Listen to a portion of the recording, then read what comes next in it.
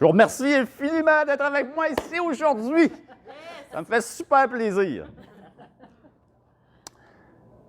Ma petite histoire. Moi, j'ai commencé dans le domaine de la vente en 1993. Tu sais, moi, je suis du genre, là, quand j'étais à l'école, de toujours être dans le fond de la classe.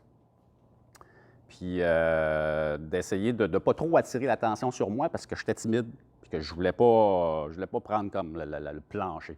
Je laissais toujours les autres aller au-devant. En toute ma vie, j'ai eu de la difficulté à rentrer en relation sociale avec les gens. Fait que quand tu arrives dans le domaine de la vente et tu as cet handicap-là, de ce côté-là, c'est difficile en maudit. Parce qu'il faut que tu rentres dans le relationnel avec les gens.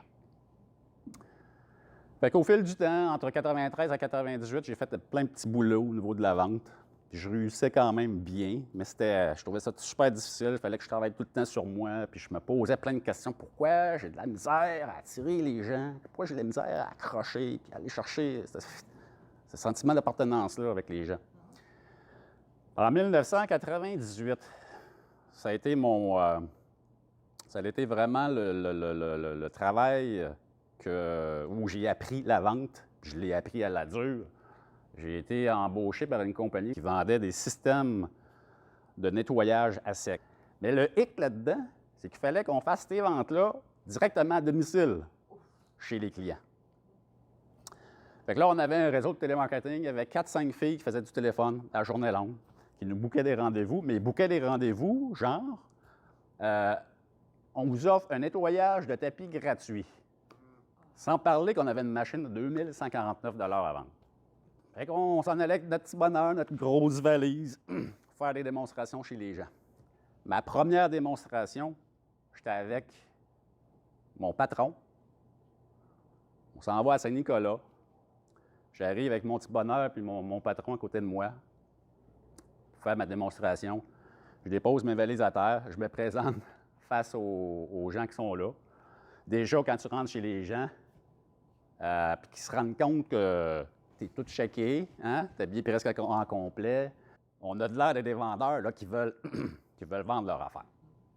Fait que là, tout de suite, là, il y a une fermeture de la part des gens qui nous reçoivent. Fait que je me présente. Puis là, j'avais un speech à dire au départ. Blackout. Je vois plein de picots gris. Il n'y a plus un son qui sort.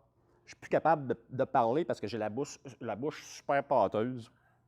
Quand je suis sorti de là, je n'étais pas fier de moi.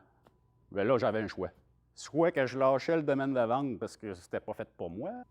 Donc, soit que je continuais, mais que je me trouvais une stratégie pour me développer et pour rendre la communication avec les clients plus facile, plus fluide. Fait qu'au fil des jours qui passèrent, je me suis assis avec les patrons, les importateurs du produit, puis on a décidé de plancher sur une méthode de présentation, étape par étape. Bien, je me suis mis à vendre 4-5 machines par semaine parce que je suivais méthodiquement ma méthode de vente à la lettre. Alors, cette méthode-là, la méthode opérationnelle de vente consultative, a fait en sorte de structurer mes ventes de manière à ce que je puisse être à l'aise, que je rende les gens en avant de moi à l'aise, puis que mes ventes, mes transactions se fassent sur une base relationnelle plutôt que transactionnelle.